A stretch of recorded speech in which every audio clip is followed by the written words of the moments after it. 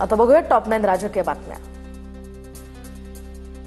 मंगळसूत्र चोराच्या विरोधात मी लढत नाही, हा माझा प्रॉब्लेम।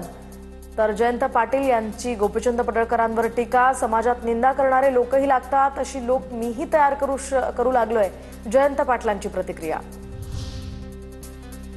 अमित शहांची रवींद्र चव्हाण आणि अमित साटम यांच्यासोबत चर्चा। आगामी पालिका निवडणुकीच्या पार्श्वभूमीवर शहांची बैठक। राष्ट्रीय स्वयंसेवक संघाचे अतुल लिमये यांची सुद्धा बैठकीला हजेरी।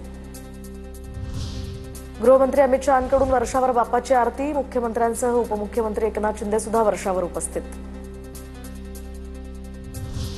केंद्रीय गृहमंत्री अमित शहांनी लालबागच्या राजाचं दर्शन घेतलं। अमित शहा सहकुटुंब लालबागच्या राजाच्या चरणी लीन।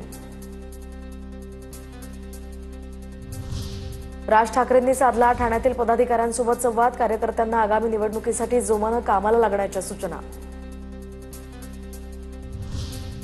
अजित पवारांची राष्ट्रवादी पुणे पालिका स्वबळावर लढणार अशी चर्चा। अजित पवारांकडून सर्व जागांची तयारी सुरू करण्याच्या सूचना। माजी पदाधिकारी आणि नगरसेवकांना बैठकीत अजित पवारांनी महत्त्वाच्या सूचना दिल्या। पुण्यामध्ये राष्ट्रवादी काँग्रेसचाच महापौर होणार। आम्ही स्वबळावर लढण्यासाठी आजपासून तयारी करणार। रुपाली ठोंबरे पाटलांची माहिती। अजित पवारांच्या स्वबळावर लढण्याच्या सूचना असल्याची माहिती।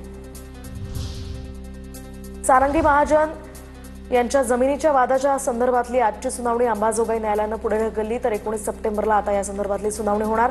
धनंजय मुंडेंच्या सहकार्याकडून फसवणुकीचा आरोप।